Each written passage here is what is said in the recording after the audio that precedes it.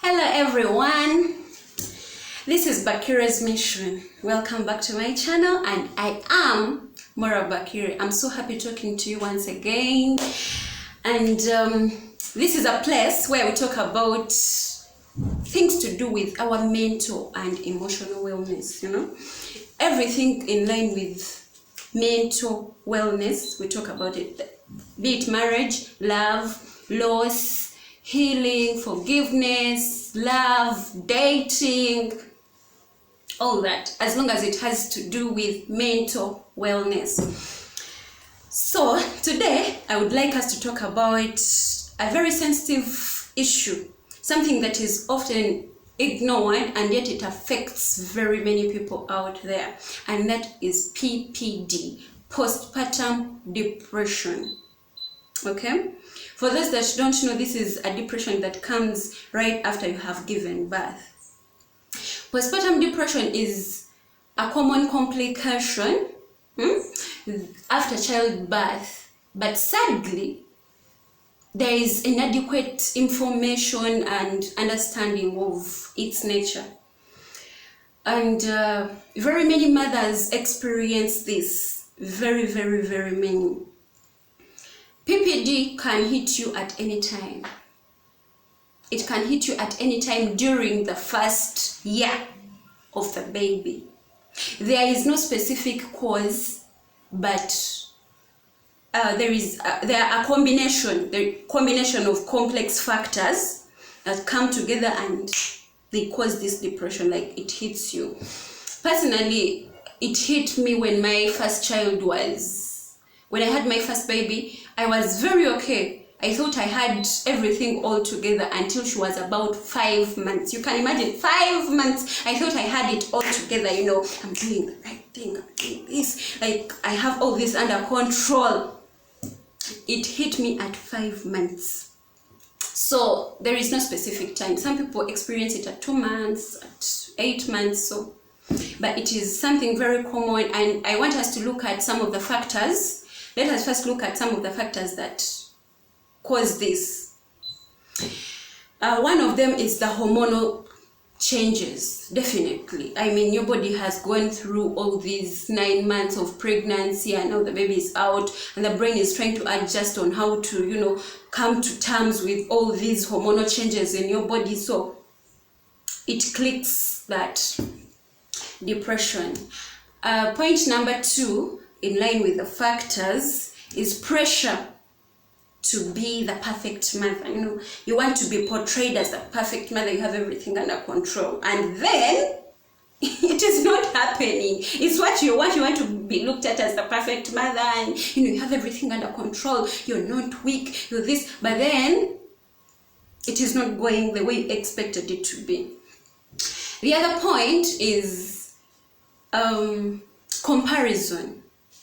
You're comparing yourself to other mothers, or these other people, the people around you, are comparing you to other mothers. Like, why are you doing this? So and so did this. Like, that is wrong. I used not to. Maybe a mother is telling you, I didn't do that when you were little, when you were a baby.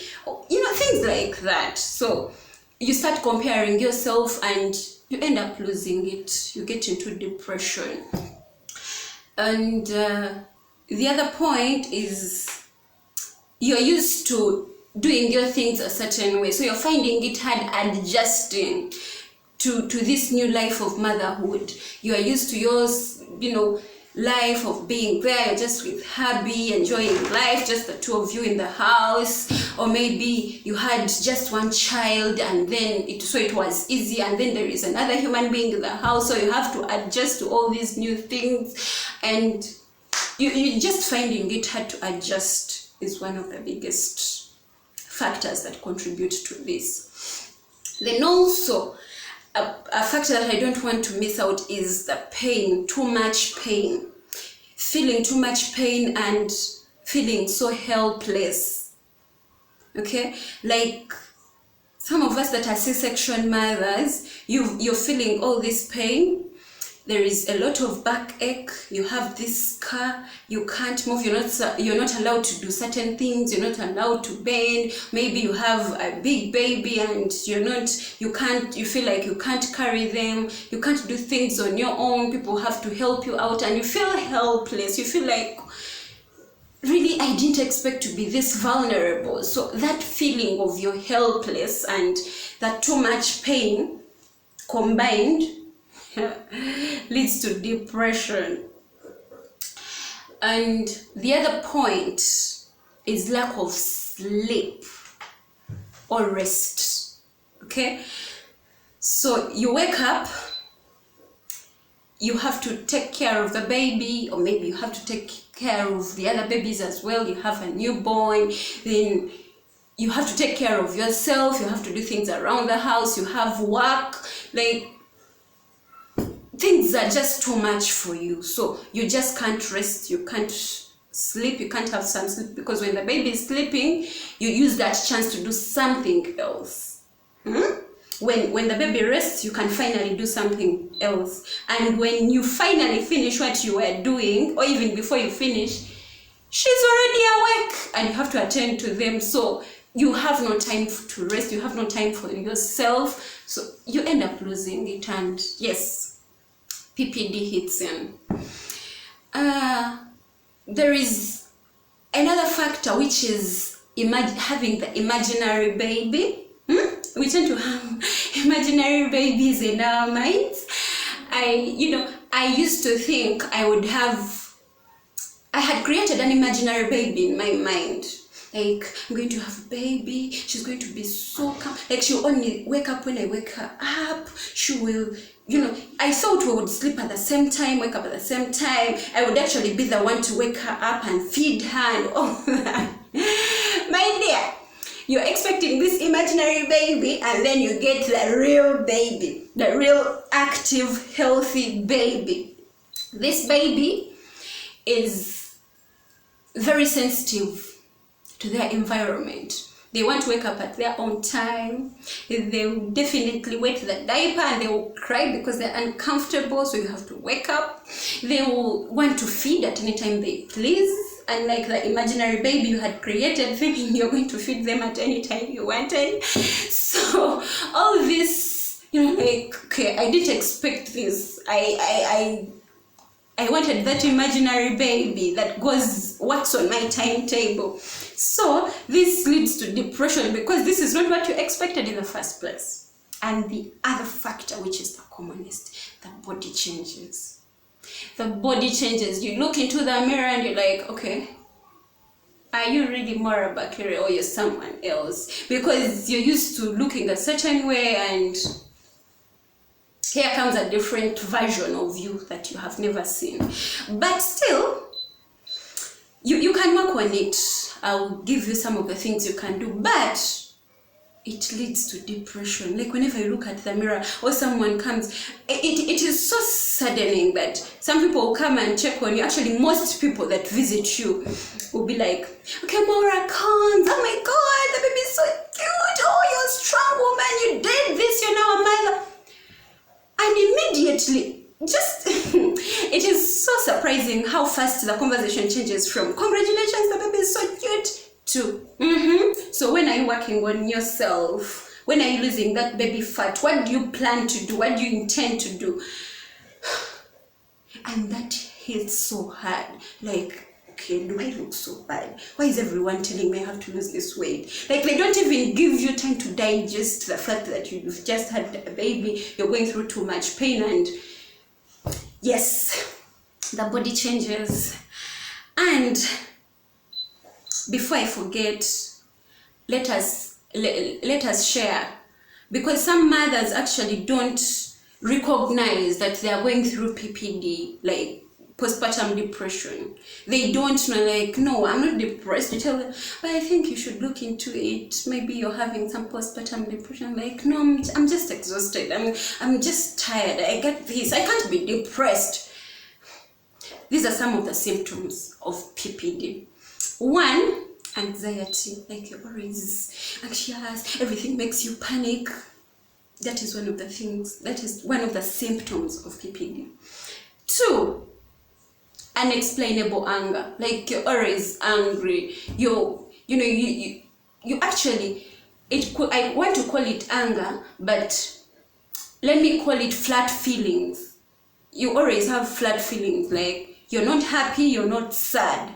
One moment you're all happy and smiling and grateful, and then the other moment you're like, why did I sign up for this? Why am I feeling like this? You feel like you hate yourself for no reason. You can't explain it, but you're just angry. You're just angry. A symptom of PPD. And the other point is difficulty sleeping, finding difficulty sleeping.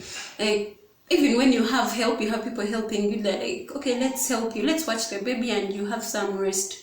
You're sleeping, but you're actually not resting. It is so hard for you to rest, even when you have a hand helping you watch the baby. That is a sign of PPD. Because at least if you get help, you should be able to use it and have some rest. Then the other one is unexplainable crying. I cried a lot when I was going through PPD.